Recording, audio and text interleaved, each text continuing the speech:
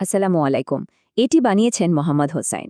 আজকের এই এক্সপ্লেনার বা বিশ্লেষণে আমরা ইতিহাসের এমন একটা অধ্যায়ে ডুব দেব যা খুবই সংক্ষিপ্ত, কিন্তু এর প্রভাব আক্ষরিক অর্থেই চিরস্থায়ী। মাত্র ২ বছরে কিছু বেশি সময়ের একটা নেতৃত্ব। একবার ভেবে দেখা যাক, এই অল্প সময়ে সদ্য গঠিত একটা সমাজকে নিশ্চিত পতনের হাত থেকে রক্ষা করা হয়েছিল, আর চিরতরে সুরক্ষিত করা হয়েছিল পবিত্র কুরআনকে। তো কিভাবে ঘটেছিল এই অসম্ভব মনে হওয়া কাজটা? চলুন সেটাই আজ বিস্তারিতভাবে দেখা যাক।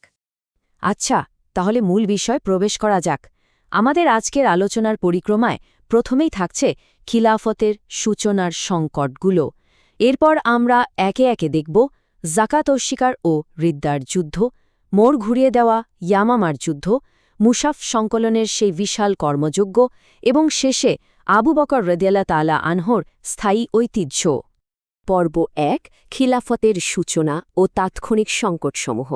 রাসূলুল্লাহ সাল্লাল্লাহু আলাইহি সাল্লামের ইন্তেকালের ঠিক পরপরই সমগ্র আরব উপদ্বীপে বলতে গেলে একটা বিশাল ক্ষমতার শূন্যতা তৈরি হয়। চারদিকে চরম অস্থিরতা। সদ্য প্রতিষ্ঠিত একটা রাষ্ট্রের জন্য এটা ছিল টিকে থাকার একদম চূড়ান্ত একটা পরীক্ষা। এই অস্থিরতার পেছনে অন্যতম বড় কারণটা ছিল মিথ্যা নবীদের হঠাৎ উত্থান।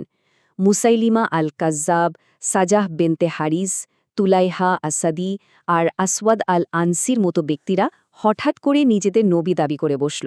এর ফলে কি হল? অনেকেই মূল বিশ্বাস থেকে ছিটকে পড়ল, আর রাষ্ট্রের বিভিন্ন প্রান্তে রীতিমতো বহুমুখী বিদ্রোহের আগুন জ্বলে উঠল। এটা কিন্তু নিছক কোনো রাজনৈতিক দ্বন্দ্ব ছিল না, এটা ছিল আক্ষরিক অর্থেই বিশ্বাস ও অস্তিত্ব রক্ষার লড়াই। পর্ব ২, জাকাত অস্বীকার ও রিদ্দার যুদ্ধ। এই বিদ্রোহটা মূলত ছিল অর্থনৈতিক এবং ধর্মীয়। বেশ কিছু গোত্র নামাজ পড়া চালিয়ে গেলেও তারা রাষ্ট্রকে জাকাত দিতে একদম পরিষ্কারভাবে অস্বীকৃতি জানাল। তাদের অদ্ভুত এক যুক্তি ছিল।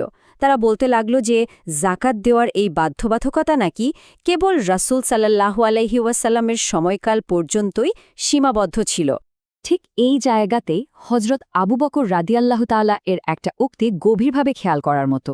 হজরত ওমর রাদিয়াল্লাহ সহ কিছু জ্যেষ্ঠ সাহাবী যখন প্রথমে পরিস্থিতি সামলাতে কিছুটা নরম পন্থা অবলম্বনের পরামর্শ দিয়েছিলেন, তখন প্রথম খলিফা একদম অনড় অবস্থানে চলে যান। তার এই বজ্রকঠিন সিদ্ধান্তই মূলত রাষ্ট্রের অর্থনৈতিক স্তম্ভকে পুনরায় শক্তভাবে দাঁড় করিয়েছিল।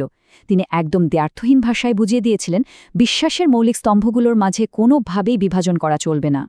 ৬৩২ শুরু হওয়া এই বহুমুখী সংকট মোকাবেলায় আবু বকর রাদিয়াল্লাহু একযুগে মোট ১১টি সামরিক অভিযান পরিচালনা করেন।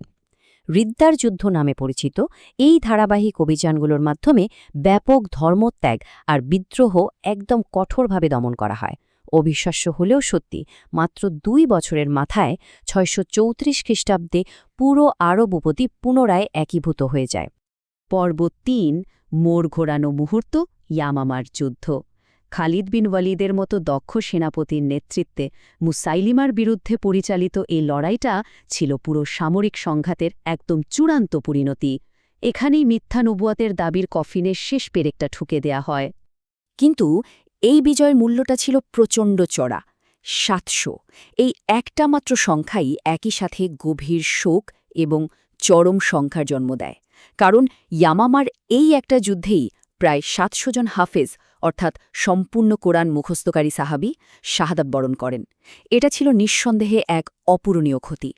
এত বিপুল সংখ্যক হাফিজের শাহাদাত বরণ পুরো পরিস্থিতিকে সম্পূর্ণ ভিন্ন একটা দিকে ঘুরিয়ে দেয়। সামরিক হুমকি হয়তো কেটে গিয়েছিল, কিন্তু হজরত ওমর রাদিয়াল্লাহু তাআলা আনহু বুঝতে পারলেন যে সামনে এক বিশাল অস্তিত্ব রক্ষার সংকট এসে দাঁড়িয়েছে। আর আরও হাফিজ যদি এভাবে শহীদ হতে থাকেন, তাহলে পবিত্র কোরআনের কিছু অংশ হয়তো চিরতরে হারিয়ে যেতে পারে। এটা ছিল রীতিমতো এক চরম টেক্সচুয়াল এমার্জেন্সি। পর্ব ৪, মুসাফ সংকলন, এক বিশাল কর্মযজ্ঞ। একটা কেন্দ্রীয় ধর্মগ্রন্থকে তার অবিকৃত রূপে চিরকালের জন্য সংরক্ষণ করার এই কাজটা ছিল একই সাথে সতর্কতার এবং চরম বিস্ময়কর।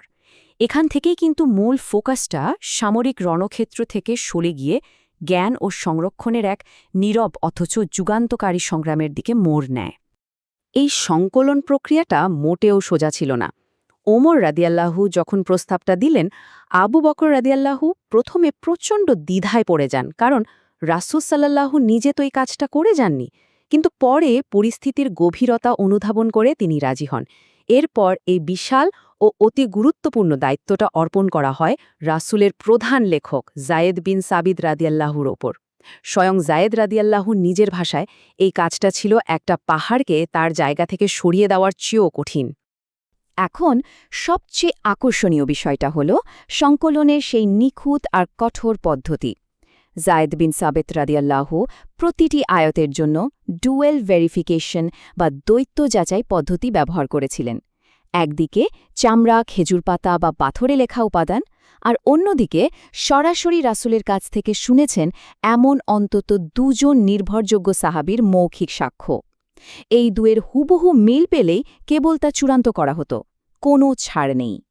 রাসূল সাল্লাল্লাহু আলাইহি সাল্লামের মসজিদে বসে দিনের পর দিন চালানো এই কঠোর পরিশ্রমের ফলাফলটা ছিল সর্বপ্রথম সম্পূর্ণ ও একীভূত লিখিত পাণ্ডুলিপি, যাকে আমরা মুশাফ বলে জানি। এই অত্যন্ত সতর্ক প্রক্রিয়ার মাধ্যমেই নিশ্চিত করা হয়েছিল যে সংকলিত গ্রন্থটি শতভাগ নির্ভুল।